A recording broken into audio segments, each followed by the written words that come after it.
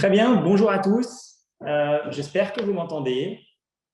Au nom de l'étude Auberson-Abel, je vous souhaite la bienvenue à ce webinaire consacré à la finance durable.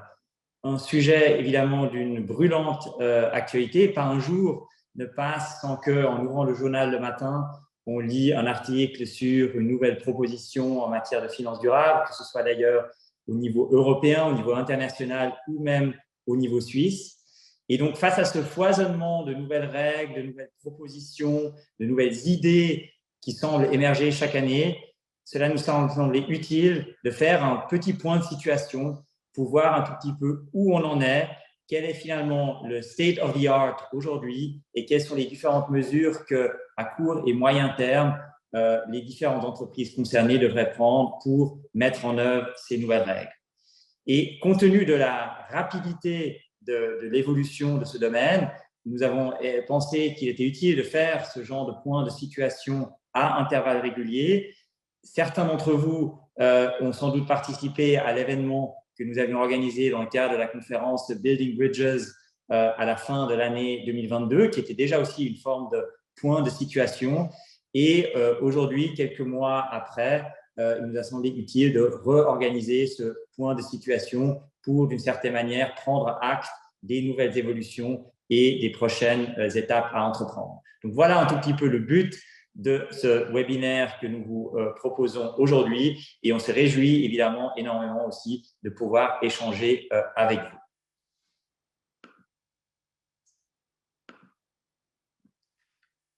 Alors ça, c'était le mot de bienvenue. Peut-être quelques mots en termes de bonnes pratiques que vous connaissez évidemment tous déjà. Vous avez la possibilité de poser vos questions pendant le webinaire en utilisant l'option Q&A qui est à votre disposition. Et ces questions seront après adressées dans le cadre de la phase de Q&A à laquelle nous précéderons à la fin du webinaire.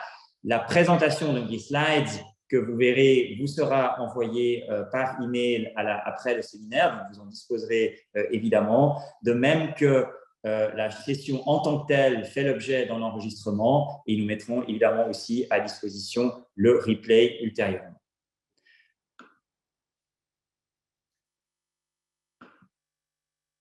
Voilà, s'agissant du déroulement du webinaire, nous vous proposons une proposition avec une structure que vous découvrez ici avec quelques mots introductifs et ensuite une présentation des deux grandes corps de règles qui aujourd'hui nous préoccupent ou nous occupent, en tout cas dans le cadre de notre vie de tous les jours, qui sont d'un côté les directives de l'ASB et d'un autre côté les propositions qui ont été formulées par la masse.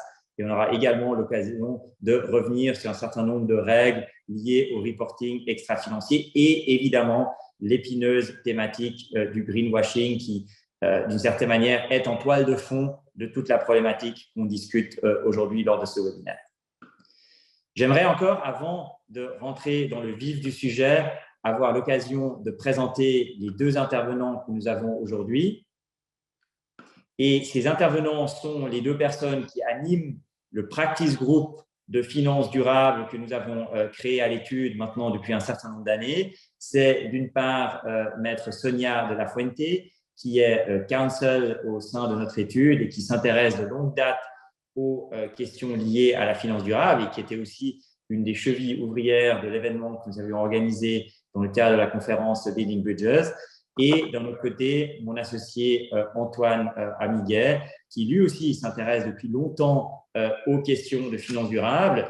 Il fait également partie de la principale association professionnelle genevoise sur ces questions du fait de sa participation comme membre du conseil de stratégie et de surveillance de Sustainable Finance Geneva, donc de SFG, qui est une des associations leaders sur cette thématique-là. Et Antoine enseigne également depuis plus de 10 ans les aspects juridiques de la finance durable dans le cadre d'un DAS en management durable qui est organisé par la Haute École de Gestion. Et donc, tant Sonia qu'Antoine sont vraiment les interlocuteurs clés pour nous présenter aujourd'hui, dans le cadre de ce webinaire, ce point de situation sur la réglementation en matière de finances durables en Suisse. Et donc, je m'empresse de leur céder la parole en les remerciant pour leur présentation aujourd'hui. Et on vous remercie, vous, évidemment, de votre participation. Et comme je l'évoquais, n'hésitez pas à insérer vos éventuelles questions ou remarques dans le tool de Q&A qui nous permettra ensuite d'avoir un débat nourri dans le cadre de la dernière phase de ce webinaire. Voilà, un grand merci et je me réjouis d'entendre Sonia et Antoine. Je vous cède la parole. Merci beaucoup Philippe pour cette présentation. Je vais essayer, je ne suis pas très fort en technique. Est-ce que vous me voyez? Je ne me vois pas moi-même. Je pars de l'idée que c'est le cas.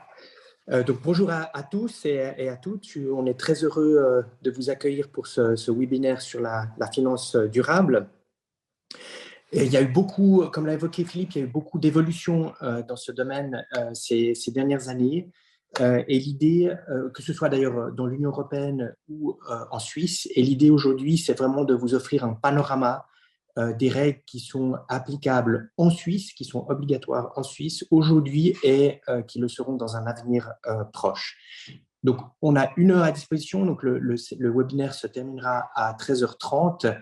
Donc, c'est un programme assez ambitieux pour 1 seule heure. On pourrait évidemment en parler pendant beaucoup plus longtemps. Et donc, l'idée ici, c'est vraiment de ne pas nécessairement rentrer dans les détails, mais de vous offrir, donc, encore une fois, ce panorama de ces règles. Et puis, le cas échéant, s'il y a de l'intérêt, on pourra organiser d'autres webinaires qui iront peut-être dans plus de détails que celui-ci. Pour préparer ces slides et ce webinaire, on est parti de l'idée que vous êtes plus ou moins familier avec la thématique de la finance durable.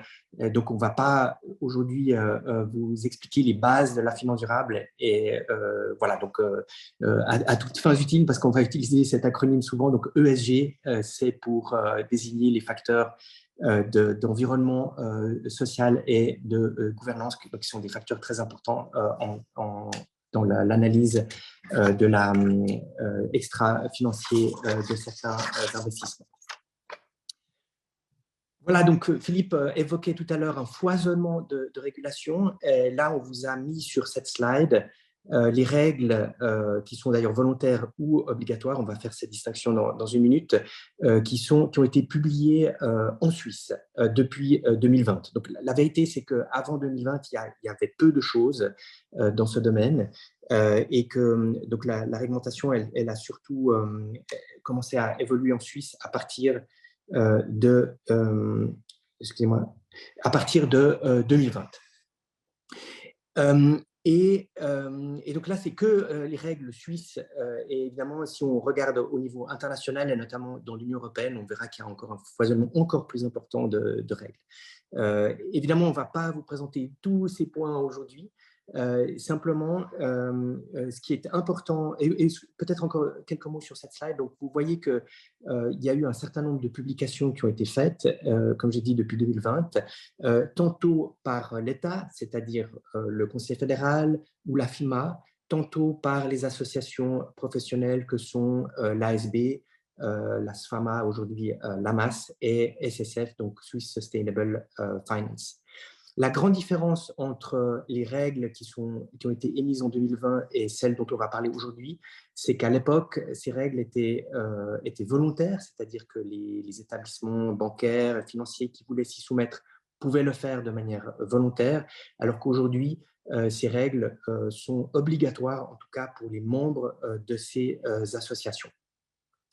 Donc, il y a 3 choses que nous aimerions vous présenter aujourd'hui. C'est tout d'abord le premier corps de règles, c'est celui de l'ASB, qui a donc édicté 2 directives en juin de l'année passée, l'une sur l'intégration des préférences ESG dans les conseils en placement et la gestion de fortune, et une autre directive qui concerne plus précisément les fournisseurs d'hypothèques. Ces règles ont été publiées en juin de l'année passée. Elles sont entrées en vigueur le 1er janvier de cette année, mais elles prévoient des délais transitoires d'1 année ou de 2 ans selon les cas. Et ce qui fait que ces règles s'appliqueront effectivement à partir du 1er janvier de l'année prochaine, voire du 1er janvier de l'année suivante. Le deuxième corps de règles dont nous allons vous parler aujourd'hui, et ce sera ma collègue Sonia de la Fuente qui le fera, ce sont les règles de l'autoréglementation de l'AMAS. Donc, c'est l'autorégulation relative à la transparence et à la publication d'informations par les fortunes collectives se référant à la durabilité. C'est son terme, c'est sa désignation officielle. Ces règles ne sont pas encore entrées en vigueur, elles entreront en vigueur le 30 septembre de cette année et elles prévoient également des délais relativement longs pour la mise en œuvre. Alors je dis relativement long, mais vous verrez, il y a quand même un certain nombre de travail à accomplir avant de pouvoir appliquer ces règles, ce qui fait qu'en réalité, il ne faudrait pas trop tarder à réfléchir à la mise en œuvre de ces règles. Et puis enfin, ce sera le troisième objet de notre présentation aujourd'hui. On a voulu vous parler encore d'autres règles pour faire un panorama complet, donc les autres règles qui sont obligatoires aujourd'hui en Suisse et qui concernent d'une part le reporting extra-financier, donc ce sont les règles du Code des obligations, qui seront bientôt complétées par une ordonnance, et enfin les règles qui concernent le greenwashing, et qui seront appelés à évoluer prochainement. Voilà pour l'introduction. Alors, peut-être encore juste un mot introductif. Donc, vous l'avez compris, on va vous parler surtout des directives de l'ASB et de l'autoréglementation de l'AMAS. Et ces deux corps de règles, si vous voulez, par chance, ont bien été coordonnés par les associations concernées. Et si vous voulez, de manière schématique, on peut distinguer, quand on parle de lutte contre le greenwashing, de mesures qui s'inscrivent à trois niveaux. Au niveau du prestataire de services financiers, donc typiquement de la banque ou du gestionnaire de fortune, le niveau du service financier et enfin le niveau de l'instrument financier. Et dans le cadre de la réglementation de l'AMAS, on parle effectivement et évidemment des fortunes collectives. Donc que ce soit des fonds de placement ou des fortunes des institutions de prévoyance. Et les directives de l'ASB s'appliquent en réalité essentiellement au niveau du service financier, alors que l'autoréglementation de l'AMAS s'applique aux deux autres niveaux, donc au niveau du prestataire, donc ce seront beaucoup des règles de gouvernance, et également au niveau évidemment des produits, donc des fonds de placement et des fortunes collectives d'institutions de prévoyance. Pour être tout à fait exact, les directives de l'ASB comprennent également certaines règles de gouvernance dans la mesure où elles imposent des obligations de formation, et donc ça, elles s'appliquent plutôt au niveau des prestataires de services financiers, mais disons le corps de ces règles concerne plutôt les services financiers eux-mêmes. Donc voilà, alors si on part maintenant, si on aborde ce premier corps de règles, les directives de l'ASB, alors qui concernent-elles? Elles concernent en fait tous les membres de l'ASB qui offrent des services financiers de gestion ou de conseil, qui soient d'ailleurs global ou restreint. Donc, ce sont évidemment les banques qui sont membres de cette association qui sont concernées en premier chef, mais en réalité, les gestionnaires et les conseillers qui se sont affiliés à l'ASB pour pouvoir bénéficier du service de l'ombudsman des banques sont également concernés par ces règles. Donc, attention aux gestionnaires qui auraient fait cette démarche, donc qui seraient membres de l'ASB, elles devront également appliquer ces règles prochainement. Les entités qui ne sont pas membres de l'ASB peuvent se soumettre à ces règles de manière volontaire si elles le souhaitent. Je ne l'ai pas encore précisé, mais donc ces règles, j'ai dit qu'elles étaient obligatoires pour les membres, c'est juste, mais elles n'ont pas été reconnues par la FINMA. Donc, on appelle ça de l'autoréglementation libre. Donc, si vous voulez, il n'y aura pas d'enforcement, en tout cas à ce stade, par la FINMA. Par exemple, s'il y a une violation de ces règles, en principe, elles ne seront pas sanctionnées par des sanctions qui sont prévues typiquement par la LSFIN ou la LEFIN.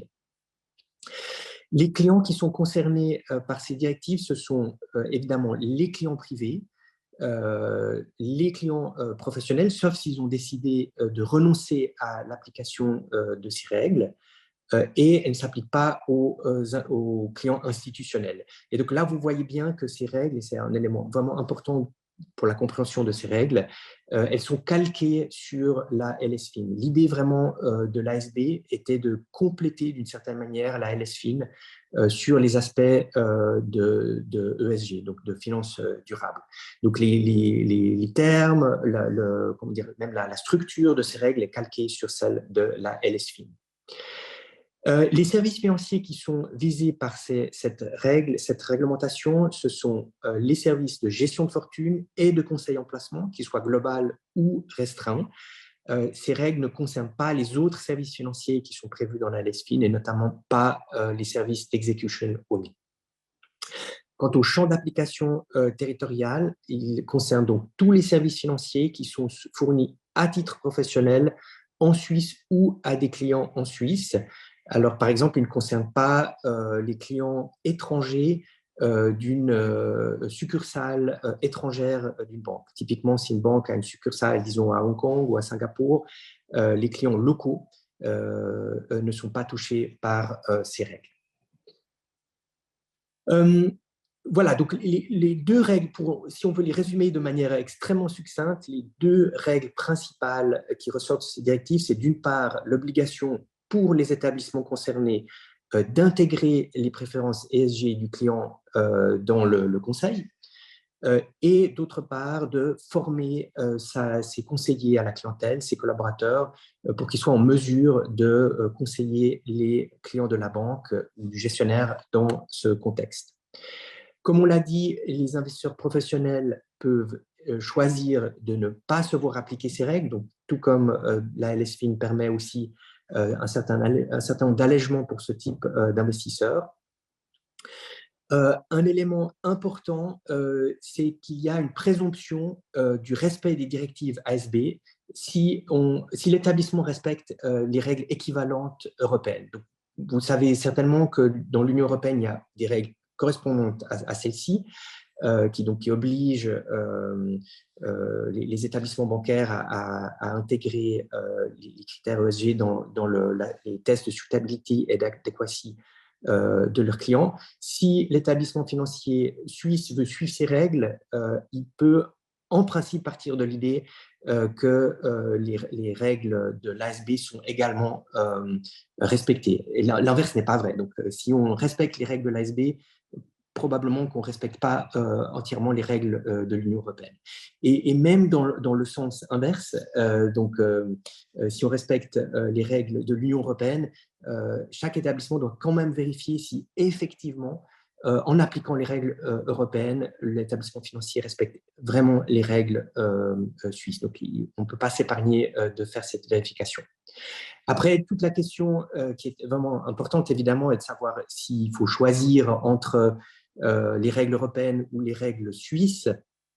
Nous, dans notre étude, on a plutôt toujours, de manière générale, une approche one size fits all. Donc, on préfère, dans la mesure du possible, que dans un groupe, par exemple, on applique un seul set de règles, mais de manière assez exceptionnelle, dans ce cas particulier, on estime qu'il est préférable, dans la plupart des cas, de suivre les règles suisses, donc les règles de l'ASB, qui s'intègrent beaucoup mieux dans le cadre législatif actuel suisse. C'est évidemment une question importante auquel chaque établissement devra réfléchir et prendre une décision, mais voilà, sans rentrer dans beaucoup de détails, un peu la direction dans laquelle nous conseillons en tout cas nos clients. Les directives prévoient que ces règles n'ont pas d'effet de droit civil. Alors, c'est probablement pas tout à fait exact parce que ces règles nécessiteront vraisemblablement la mise à jour de la relation contractuelle entre le client et la banque. Et dès l'instant où ces règles sont créées dans un contrat, il y aura forcément des effets de droit civil. Par contre, en principe, il n'y aura pas, comme je l'ai déjà dit, de sanctions en cas de violation de ces règles, en tout cas pas de sanctions au sens de la LSFIN ou de la LEFIN. Ces règles, on l'a dit, sont déjà entrées en vigueur, mais elles prévoient des délais transitoires. Alors, tout d'abord, s'agissant de l'obligation de formation, ces règles s'appliqueront à partir du 1er janvier 2024, donc à partir du 1er janvier de l'année prochaine. Les collaborateurs et en particulier les conseillers à la clientèle des banques concernées devront avoir suivi soit une formation initiale, soit une formation continue sur ces thématiques. Le même délai s'applique pour les tests de suitability et d'adéquacy pour les relations nouvelles. Donc, les nouveaux clients devront faire l'objet de ces tests révisés, si vous voulez, à partir du 1er janvier de l'année prochaine. Et puis, il y aura une année supplémentaire pour se mettre à jour pour les clients existants. Donc, ceux-là seront concernés par ces nouvelles règles seulement à partir du 1er janvier 2025. Voilà, alors dans les slides qui suivent, je regarde l'heure parce que le temps passe. Dans les slides qui suivent, on a résumé de manière quand même relativement détaillée les règles qui découlent de ces directives. Alors, ces tableaux sont assez détaillés et donc on ne va pas pouvoir aujourd'hui rentrer dans tous les détails. Donc, si vous permettez, on va vraiment s'intéresser aux éléments les plus importants. Alors, le premier élément important, et qui ne découle pas expressément de la directive, mais que l'application de cette directive implique, c'est une réflexion stratégique de la banque. C'est vraiment un projet stratégique de la banque et elle implique une réflexion sur la politique de la banque en matière de ESG. Donc, vous verrez, bien entendu, la mise en œuvre de ces règles nécessitera une adaptation de la documentation contractuelle, de la documentation interne, des stratégies de placement de la clientèle, une adaptation des formulaires en matière de tests de suitability et d'adéquacy. Mais vraiment, au-delà de ça, il y a vraiment une réflexion que j'appellerais top-down au sein de l'établissement pour savoir voilà, quelle est la politique de la banque dans ce domaine, qu'est-ce que veut faire la banque dans ce domaine. Et évidemment, un des effets de ces nouvelles règles, donc la banque, encore une fois, sera obligée, comme on va le voir dans un instant, d'interroger son client sur ses préférences ESG. Un des effets indirects de ces règles, c'est évidemment que les clients pourront être intéressés par ces solutions ESG, voudront donc les avoir dans son portefeuille, et ça nécessitera évidemment à la banque, ça impliquera à la banque, en tout cas celle qui le veut, d'élargir sa palette d'offres dans ce domaine. Voilà, donc il n'y a pas simplement d'implication dans ce projet, et donc ça vaut la peine d'avoir cette réflexion stratégique en amont. Ensuite, voilà, donc je l'ai dit, la règle numéro 1, c'est cette intégration de la préférence en matière ESG de la clientèle dans le conseil et dans la gestion. Donc, qu'est-ce que ça signifie concrètement? Il faut que la banque, lorsqu'elle procède au test d'adéquacy et de suitability, elle demande à son client quelle est sa préférence en matière ESG. Alors, ces règles de l'ASB sont, Dieu merci d'ailleurs, rédigées de manière sur la base de principes. Donc, ce n'est pas très prescriptif, c'est plutôt des grands principes, un peu comme on aime le faire en Suisse. Et les directives ne précisent pas quelle doit être la nature exacte de la question. Donc, on peut tout à fait imaginer une question binaire. Est-ce que vous êtes intéressé par les investissements durables ou pas? Donc ça suffit, disons, ce serait un minimum. Par contre, la banque qui est très engagée dans ce type d'investissement pourrait aussi poser des questions beaucoup plus précises à ses clients sur, par exemple, ses préférences en matière d'approche, est-ce qu'elle préfère l'impact investing, le stewardship, etc. Donc, on peut imaginer différentes façons de poser la question au client. Évidemment, il faut que la question qu'on pose soit en lien avec l'offre de produits que propose et de services que propose la banque. Donc, une grande liberté dans la façon de poser la question, mais par contre, l'obligation d'interroger le client sur ce point. Donc voilà, donc ces questions doivent être posées aussi bien dans le cadre d'un contrat de gestion discrétionnaire que dans le cadre d'un conseil, qui soit global ou ponctuel. Quand il s'agit de vérification de l'adéquation, les directives précisent que cette question doit être disons, intégrée dans toute la mesure du possible dans les objectifs du client. Les directives précisent aussi que, selon les cas, les autres objectifs qui ont été exprimés par les clients priment sur celui de la préférence en matière ESG. Ce qui signifie, par exemple, que si le client exprime son intérêt pour des solutions qui sont peu liquides, typiquement en matière de impact investing, alors qu'il a un horizon de temps pour son investissement très court, la banque devra expliquer que son autre objectif, donc d'avoir un portefeuille assez liquide qui puisse être liquidé à court terme, va évidemment l'emporter sur ses préférences ESG. Voilà, donc en quelques mots, donc cette obligation d'interroger les clients. La banque peut, dans ce contexte, classer ses clients en différentes catégories. L'exemple qui est donné par les directives sont celles de classement typique. Le client est neutre, donc il ne s'intéresse pas tellement aux questions ESG. Il est intéressé ou très intéressé. Et on peut imaginer, par exemple, que la banque choisisse qu'il y ait une catégorie par défaut. Et nous conseillons plutôt d'avoir comme catégorie par défaut, en tout cas dans la mesure du possible, et ça dépendra évidemment, bien entendu, de la politique de chaque banque, mais d'avoir par défaut une catégorie médiane, et puis d'avoir les clients très intéressés passer dans la catégorie plus vert foncé, disons, et puis ceux qui ne sont pas intéressés dans une catégorie plus neutre, plus grise, pour prendre l'exemple de couleur. Avec cette… alors, je dois faire très vite parce que je vois que le temps passe.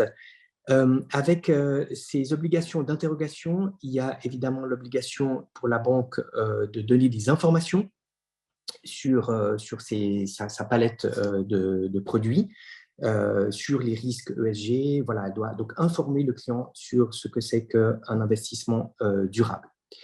Ensuite, il y a évidemment la partie importante qui est le matching. Donc, la banque doit vérifier que la solution qui a été choisie par le client correspond bien aux préférences qu'il a exprimées. Et dans ce contexte, elle doit lui donner donc, deux types d'informations. Donc, soit elle doit lui expliquer en quoi la solution qui a été choisie ou le produit correspond à ses préférences. Et si ce n'est pas le cas, elle doit lui expliquer qu'il y a donc un écart, un gap, entre ce qu'il a exprimé comme souhait et ce qu'on lui offre concrètement. Et très important, la banque ne peut pas exécuter un ordre tant qu'elle n'a pas procédé à cette information s'il y a un gap.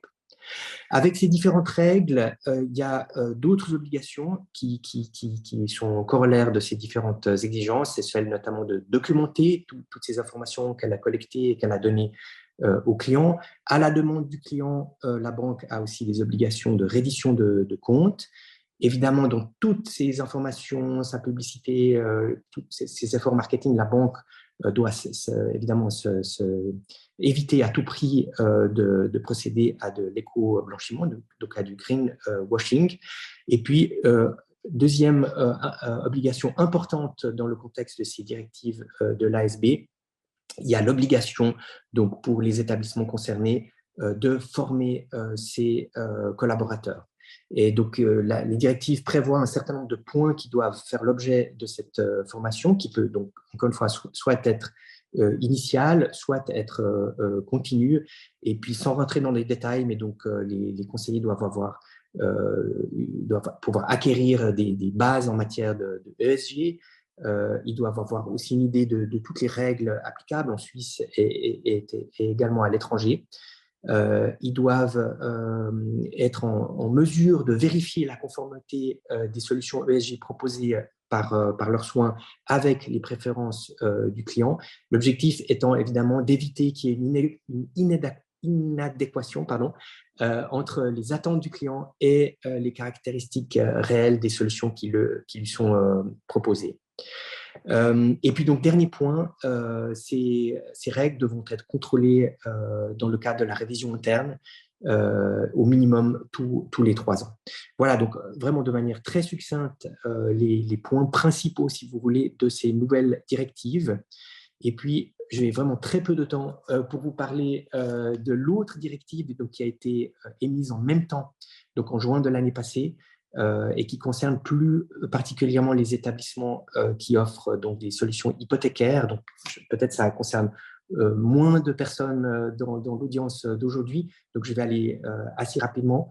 Donc, c'est des règles qui entreront en vigueur également le 1er janvier de l'année prochaine. donc, non, elles sont déjà entrées en vigueur, mais il y a un délai transitoire qui fait qu'elles devront être appliquées à partir du 1er janvier de l'année prochaine. Et de manière très succincte, elles obligent la banque à engager un dialogue avec ses clients quand il s'agit de financer un bien immobilier. Et la banque doit, dans ce contexte, discuter donc de l'efficacité énergétique du bâtiment à financer et apprécier avec le client les besoins de rénovation. Et puis, le cas échéant, la banque doit également présenter donc, les solutions de financement possibles, mais pas seulement à l'interne, également indiquer s'il y a des aides publiques qui sont disponibles. Et enfin, elle doit même, dans certains cas, aider le client à constituer des dossiers pour des demandes de financement qui viendraient de l'État. Donc voilà, en quelques mots, je suis navré, j'ai pris un tout petit peu plus de temps que prévu pour vous présenter ces deux directives de l'ASB. Et maintenant, je passe tout de suite la parole à Maître De La Fuente qui va vous parler des règles de l'AMAS. Voilà, merci beaucoup Antoine. Alors, j'espère que vous m'entendez. Alors, j'essaye de passer le slide.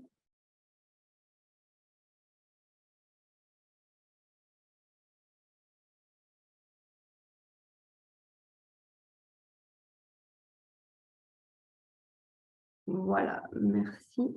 Donc, effectivement, point 3, autorégulation de l'AMAS concernant les devoirs de transparence et de publication d'informations pour les fortunes collectives se référant à la durabilité.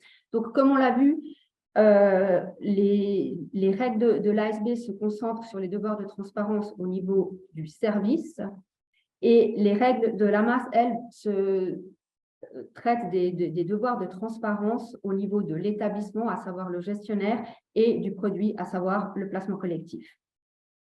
Donc, périmètre d'application, ces règles s'appliquent, comme je l'ai dit, aux gestionnaires de fortune collective se référant à la durabilité. Donc, par gestionnaire de fortune collective, il faut le comprendre au sens large. Donc, ce n'est pas uniquement les établissements qui sont au bénéfice ou qui ont une licence en tant que gestionnaire de placement collectif, mais tout établissement qui effectivement fait de la gestion collective, donc y compris les banques ou les gestionnaires de fortune des minimis. D'autre part, cette réglementation s'adresse à ce que l'autorégulation appelle les producteurs de placements collectifs, mais au final, ce sont les produits, donc les placements collectifs de droit suisse référant à la durabilité, quelle que soit la forme, SICAV, SICAF, direction de fonds, peu importe. Cette réglementation, comme dans la même logique que les directives de l'ASB, l'autorégulation de l'AMAS s'applique de manière contraignante aux membres de l'AMAS et pour les non-membres, ils peuvent s'y soumettre de manière volontaire. Exception, exemption, caveat, encore une fois sur le modèle de l'ASB, l'autorégulation de l'AMAS n'a pas besoin d'être, n'est pas contraignante en cas de respect par l'asset manager, respectivement par le producteur, d'une réglementation étrangère comparable. Donc, l'autorégulation de l'AMAS ne se limite pas à la réglementation européenne, mais toute réglementation étrangère qui serait comparable. De fait, en l'état, la réglementation qui est visée, qui pourrait être invoquée, c'est le droit de l'UE, à savoir le règlement SFDR. On ne peut pas exclure que par la suite d'autres réglementations étrangères soient considérées équivalentes par l'AMAS. Sur la slide suivante, je m'excuse, j'ai un petit problème technique. Donc, s'agissant des règles applicables,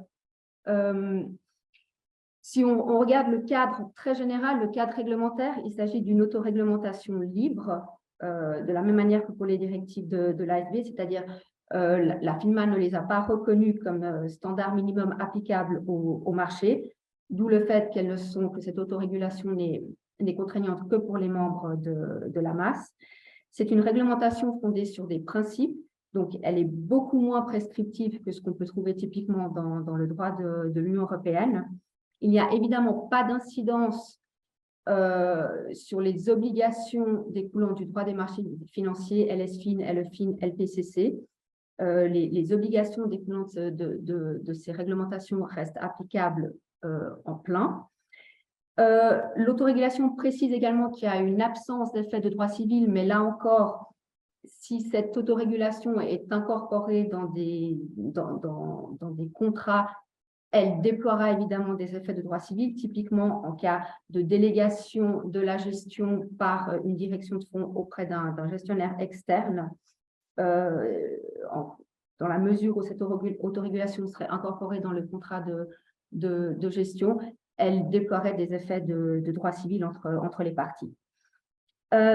Comme on l'a vu et répété, la structuration de cette autorégulation et ses effets vise d'une part la transparence au niveau de l'établissement, et les règles qui sont prévues concernent essentiellement à assurer une organisation appropriée de manière à ce que les stratégies de durabilité soient effectivement implémentées et suivies.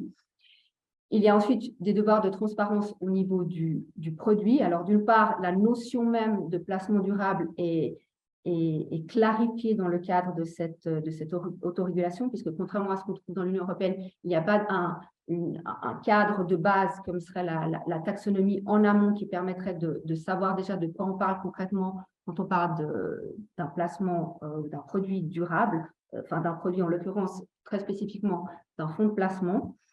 Et ensuite, il y a toute une série d'obligations qui sont prévues au niveau du produit en termes d'information, de ce qui doit être incorporé dans la documentation du produit, des obligations de reporting vis-à-vis de l'investisseur, puisque le but étant effectivement de fournir une information suffisamment détaillée à l'investisseur pour qu'il puisse se faire une idée du degré de durabilité en termes de nuances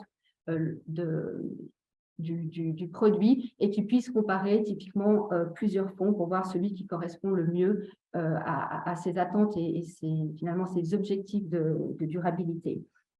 Cette autorégulation prévoit aussi des règles en matière de connaissance sur la durabilité pour que effectivement les personnes en charge d'une part de la surveillance, d'autre part de la mise en œuvre des stratégies de placement soient effectivement aguerries à ces questions.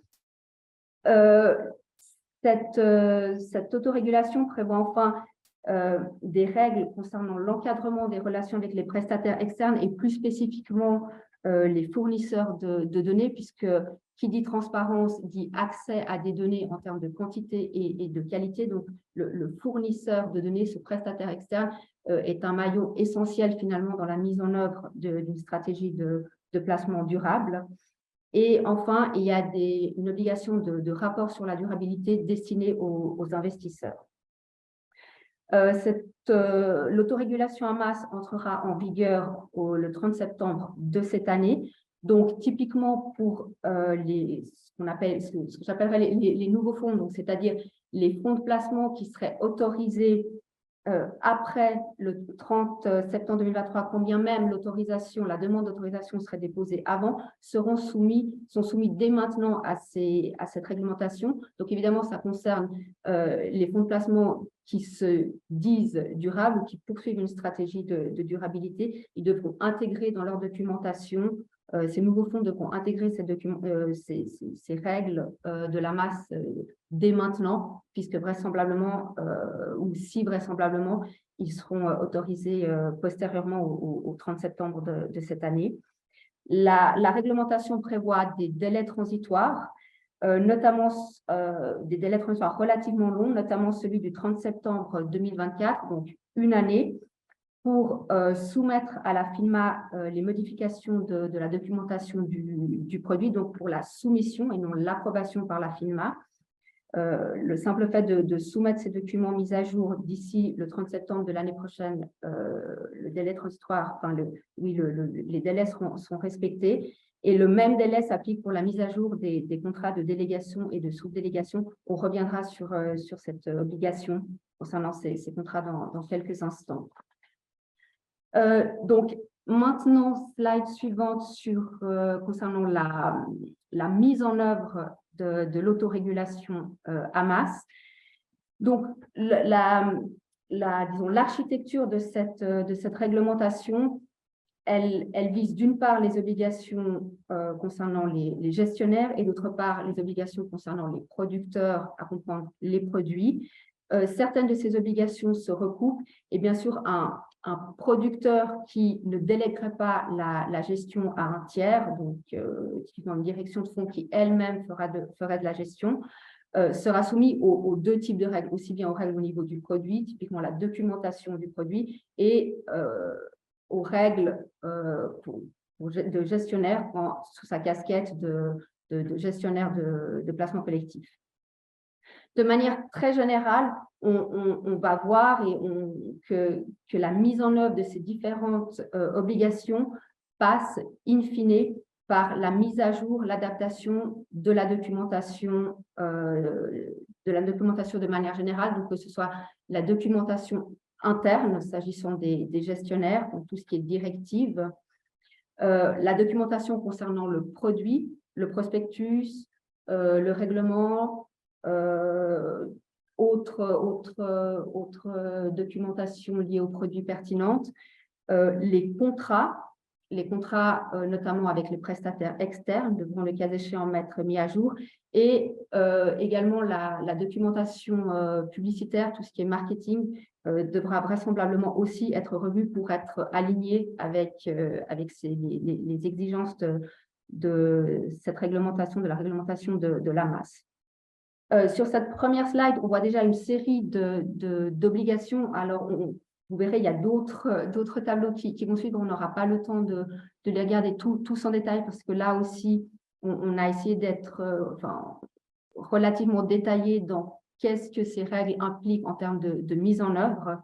Mais si on revient peut-être juste à la slide précédente, on voit qu'une des premières obligations qui, elle, ne concerne que les gestionnaires, c'est une obligation finalement un peu de réflexion en amont pour assurer une organisation appropriée. Alors d'abord, une réflexion en amont pour savoir quel est le positionnement en termes de durabilité.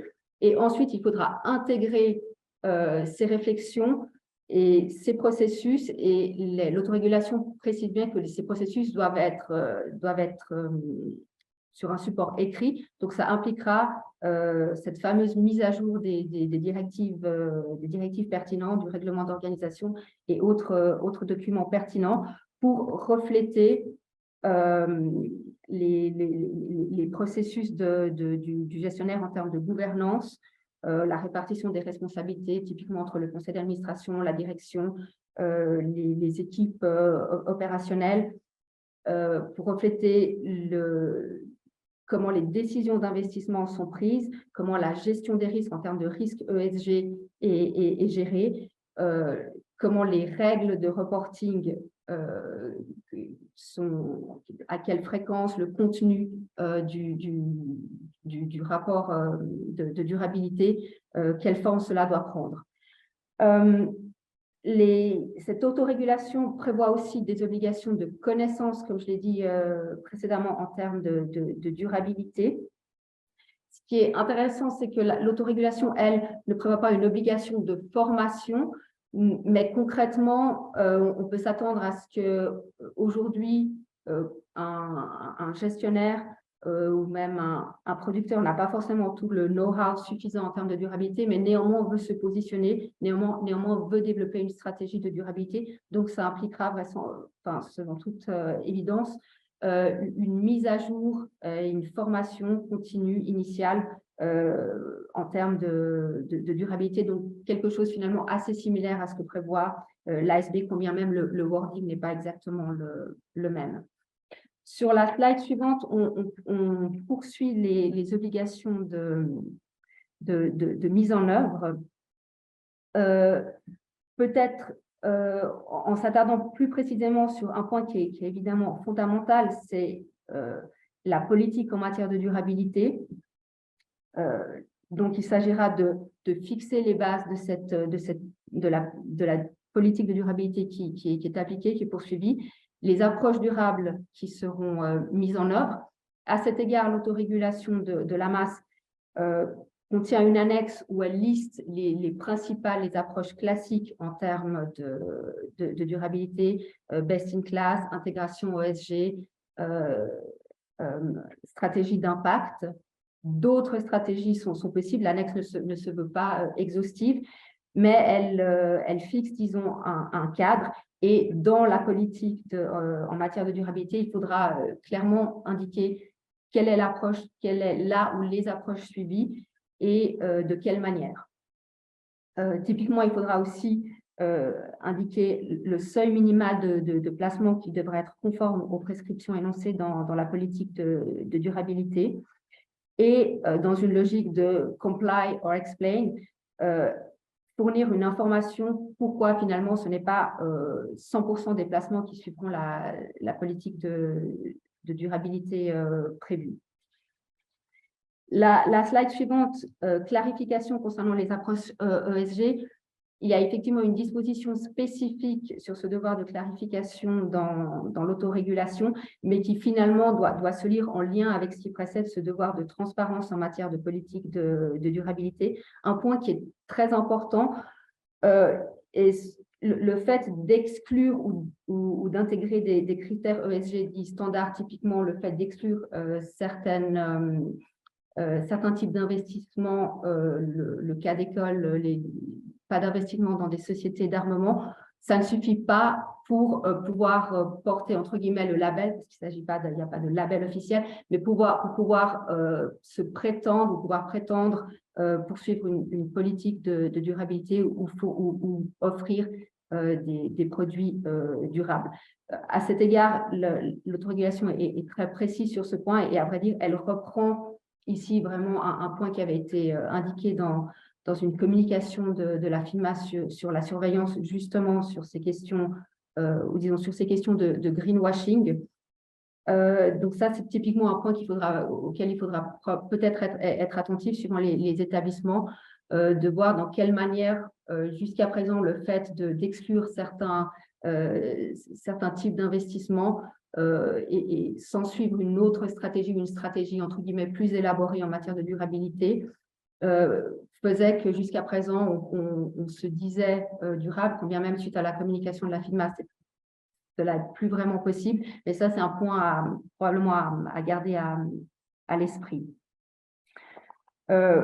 Pour finir sur la question de la mise en œuvre en termes d'autorégulation AMAS, sur la dernière slide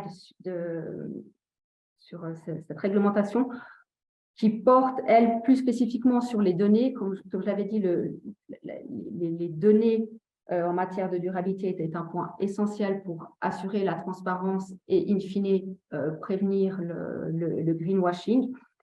Là, il y a notamment deux obligations qui sont intéressantes. C'est celle liée aux fournisseurs externes de données, de recherche ou d'outils d'analyse en matière de durabilité. Il y a une obligation en matière de sélection, d'instruction et de surveillance qui finalement sont des obligations assez standards en matière de délégation. Mais probablement, il sera opportun de définir dans une directive interne des critères de sélection s'agissant de quel type de fournisseur, à quel type de fournisseur on veut recourir pour obtenir des données en matière de durabilité, ainsi qu'un cycle de vérification pour ces données.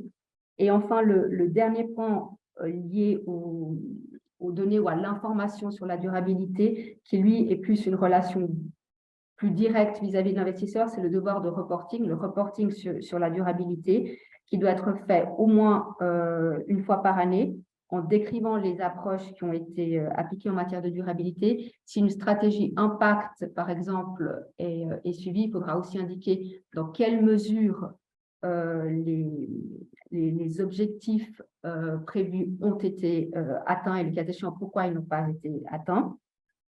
Et il faudra aussi mettre à disposition, évidemment, ce rapport auprès des investisseurs, typiquement sur le site Internet du producteur, voire de l'asset manager. Pour les quelques minutes qui me restent avant qu'on puisse passer à la section questions. Autre règle, alors d'une part, on a le reporting extra-financier, donc les nouvelles règles du Code des obligations avec l'ordonnance relative au rapport sur les questions climatiques. Donc, ces deux corps de règles qui sont étroitement liés ont un champ d'application relativement restreint, en tout cas quand on compare avec ce qui est prévu dans l'Union européenne pour la directive CSRD. S'agissant des établissements financiers, ils sont soumis pour autant que les deux seuils qui sont précisés dans la loi, dans le Code des obligations et qui sont détaillés sur cette slide soient atteints. Donc, tout établissement financier ne sera pas soumis à cette obligation de reporting extra-financier, mais évidemment peut faire le choix de faire ce reporting dans tous les cas. En cas de reporting sur les risques extra-financiers, il faudra, c'est le principe de double matérialité qui s'applique, donc l'établissement devra informer sur les risques que lui subit en raison de thématiques ESG, les risques par exemple climatiques qui ont un impact sur le business de l'établissement, et également de quelle manière ses propres investissements ont un impact sur les problématiques ESG, de quelle mesure, par exemple, on va prendre encore l'aspect environnement, dans quelle mesure les investissements opérés ont un impact négatif ou positif sur le climat. Les règles du CO sont entrées en vigueur au 1er janvier 2022 avec un premier rapport cette année. L'ordonnance relative au rapport sur les questions climatiques qui en fait devra être intégrée dans le reporting extra-financier, entrera en vigueur le 1er janvier de l'année prochaine. Enfin, dernière thématique qui occupe souvent les esprits, le greenwashing. Donc, comme on l'a dit au tout début, finalement, c'est la problématique du greenwashing est en toile de fond des directives qu'on a discutées, qu'on a présentées aujourd'hui. Il y a eu une évolution en termes de comment gérer la problématique du greenwashing. Au tout début 2021, on a une autoréglementation non contraignante avec ces recommandations de l'AMAS et de la SSSF qui sont toujours pertinentes aujourd'hui, ne serait-ce que pour avoir comme piste de réflexion de comment intégrer ces obligations de transparence, notamment les obligations de transparence prévues dans la réglementation de l'AMAS. Ensuite, on est passé à une gradation supplémentaire avec de l'autoréglementation contraignante, qui sont les directives qu'on a présentées aujourd'hui, les directives de l'ASB sur les préférences ESG, ainsi que l'autorégulation de la masse. Et enfin, comme développement à venir, il faut garder à l'esprit la position du Conseil fédéral en matière de prévention sur en termes de prévention sur l'éco-blanchiment dans le secteur financier de décembre de l'année passée, où finalement le Conseil fédéral fait un état des lieux de qu'est-ce qui existe aujourd'hui en matière de prévention de lutte contre le greenwashing. Il arrive à la conclusion que ces mesures ne sont pas suffisantes. Il déroule une liste de mesures correctrices, si on veut bien, avec un mandat qui a été confié au département fédéral des finances de présenter d'ici à fin septembre de cette année, un plan pour mettre en œuvre ces propositions. Et vraisemblablement, en tout cas sur la simple base de cette position qui est relativement courte néanmoins, on peut s'attendre à des mesures contraignante, plus contraignante que ce qui est prévu dans les directives, puisqu'elle s'appliquerait vraisemblablement à tout prestataire de services financiers, mais affaire à suivre. Et enfin, j'en viens aux remarques conclusives avant qu'on puisse enfin passer aux questions. Donc, on a vu finalement avec les directives de l'ASB, que ce soit pour les préférences ESG ou le financement hypothécaire, que ce qui est attendu finalement en amont, ce qui est nécessaire, c'est vraiment d'avoir une réflexion sur le positionnement de l'établissement en matière d'offres de produits, de services, enfin en matière de durabilité, ce qui impliquera une mise à jour, une adoption, une fois, disons, que cette première réflexion aura lieu, elle devra être implémentée, donc mise à jour, adoption de processus,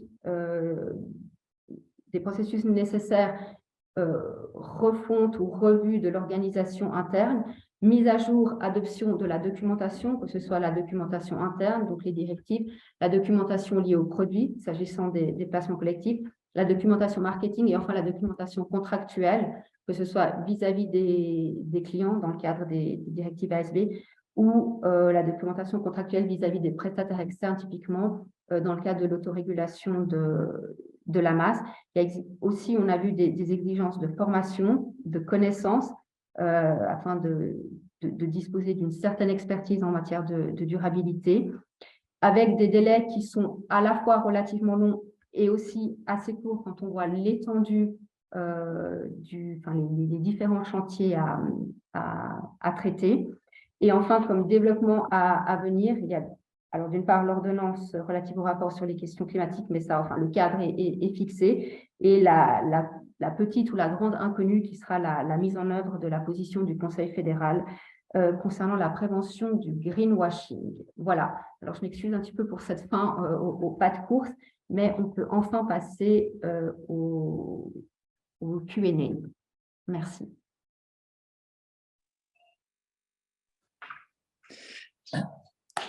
Très bien, merci beaucoup Sonia et Antoine pour cette présentation très, très exhaustive de la situation dans laquelle on se trouve aujourd'hui, qui évidemment génère aussi toute une série de questions et d'incertitudes.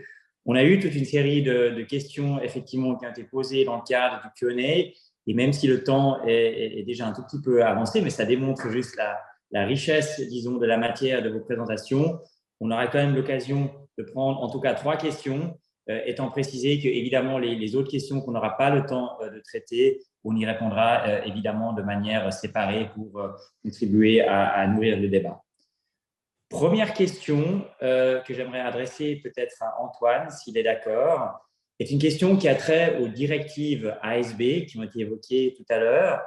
Et la question est de savoir si ces directives obligent également à se renseigner sur les connaissances et expériences, le fameux KNI au niveau des produits ESG du client, ou bien s'il faut simplement collecter ce qu'on appellerait ces préférences ESG. Donc là, on n'est pas au niveau des connaissances et expériences, mais probablement plus au niveau des objectifs de placement, avec encore la sous-question de comment est-ce que cette obligation de récolter les préférences ESG se réconcilie avec les exigences d'appropriateness en matière de transactions conseil isolé. Donc, je crois qu'il y a 2 questions dans cette question. La première, c'est est-ce qu'on doit effectivement collecter également le KNI, donc connaissance et expérience au niveau du produit ESG? Et deuxième question, est-ce qu'on doit collecter les préférences, y compris dans le mandat de conseil transactions isolées?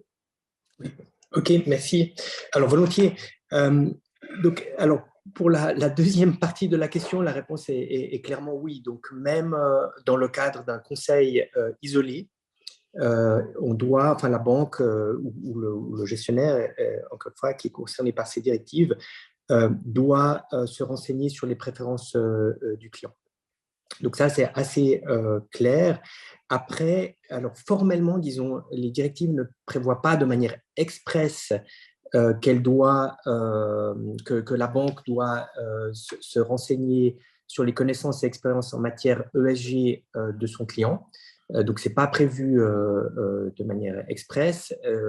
Disons, au contraire, les directives précisent au contraire que les préférences du client peuvent être récoltées de manière séparée de la question des connaissances et de l'expérience, qui pourrait donc vouloir signifier qu'en réalité, la partie connaissance-expérience ne doit pas nécessairement couvrir les aspects ESG.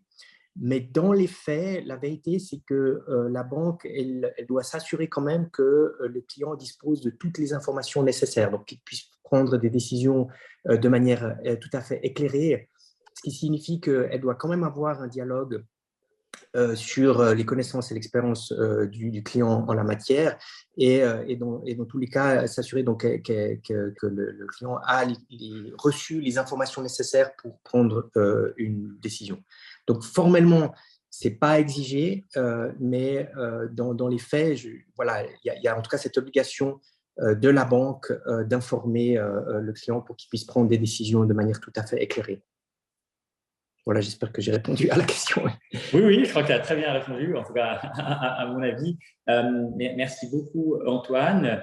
Une autre question qui nous a été posée et que je me permets d'adresser à Sonia, si elle est d'accord, est par rapport à cette autorégulation de l'AMAS que Sonia a évoquée. Est-ce que cette autorégulation s'applique aussi aux gestionnaires de fortune d'institutions de prévoyance? Alors, la réponse ici est assez simple, c'est oui, elle s'applique, en précisant toutefois que le gestionnaire peut déroger à ces exigences pratiquement à l'ensemble des exigences, pour autant que l'institution de prévoyance l'y autorise. Ça, c'est une disposition spécifique qui est prévue dans l'autorégulation de l'AMAS. Donc, le principe, c'est oui, avec la possibilité, la porte de sortie, c'est que l'institution de prévoyance donne son consentement pour y déroger. Ok, merci beaucoup. Et je vois qu'on a malheureusement déjà un tout petit peu dépassé le temps alloué à ce webinaire, mais je me permets peut-être, si Antoine est d'accord, de lui poser encore une dernière question avant de clôturer. C'est une question qui a trait au champ d'application des directives de l'ASB. Donc là, on est à nouveau dans la première partie de l'exposé sur les directives de l'ASB, avec la question de savoir si finalement on n'aura pas une différence de traitement, et même au niveau de la documentation, entre le client qui confie un mandat de gestion à une banque, qui est en principe membre de l'ASB, ou un autre affilié ASB, versus un GFI qui ne serait peut-être pas membre de l'ASB. Et est-ce qu'on n'a pas là une différence de documentation ou de traitement qui est induite par le champ d'application des directives de l'ASB? Oui, alors c'est tout à fait juste. Donc là, il y a une différence. Le client ne va pas être traité de la même manière.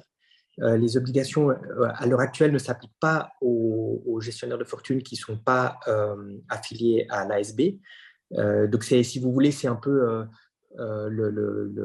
l'inconvénient en fait de cette autoréglementation libre, c'est qu'elle s'applique qu'aux membres de l'association qui l'a émise. Donc, à l'heure actuelle, en tout cas, il y a effectivement une différence de traitement entre les clients qui seront gérés par la banque et ceux qui seront gérés par un gestionnaire non affilié à l'ASB. Maintenant, voilà, cette situation, c'est la situation actuelle. On ne peut pas exclure qu'à l'avenir, ces règles soient intégrées de manière plus générale dans la réglementation qui sera applicable à l'ensemble des acteurs du marché financier. Donc, probablement qu'à l'avenir, ces règles s'appliqueront de manière uniforme à l'ensemble du marché, mais pour l'instant, il y a effectivement une différence entre les membres et les non-membres de l'ASB. Très bien, merci beaucoup. Écoutez, je vous propose de clôturer là notre webinaire. Il y a des questions encore ouvertes et il y en aura encore sans doute d'autres. Je vous rassure qu'en tout cas, s'agissant des questions qui nous ont été posées dans le Q&A, on y répondra de manière séparée. Vous aurez donc en tout cas nos réflexions sur ces différentes questions.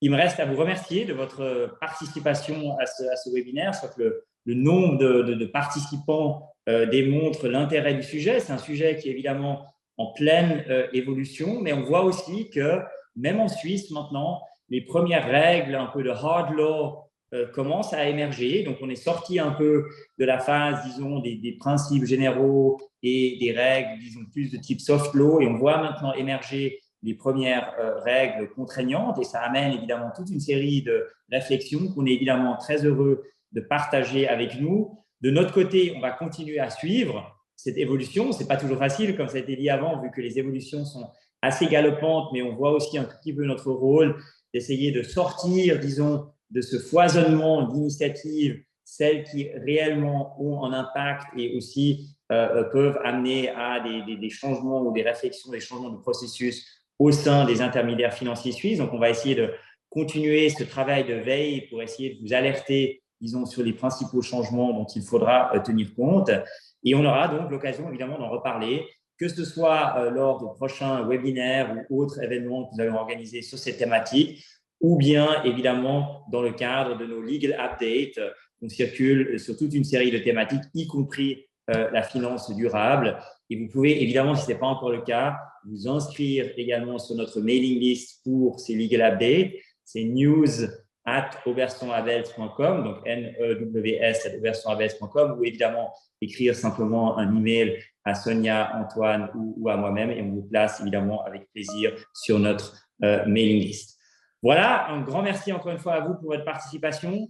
Un grand merci à Sonia et Antoine pour leur éclairage et la capacité à synthétiser un tout petit peu cette évolution qui est parfois un tout petit peu difficile à suivre. Et là, de la condenser en l'espace de 50 minutes n'était pas une mince affaire. Donc, un grand merci à eux et j'espère qu'on aura l'occasion de nous revoir et de continuer à parler de ces sujets. Vous avez vu que chez Auberson-Habels, ces sujets nous passionnent et donc n'hésitez pas évidemment à poursuivre les échanges sur cette thématique. Merci, bon après-midi et à bientôt.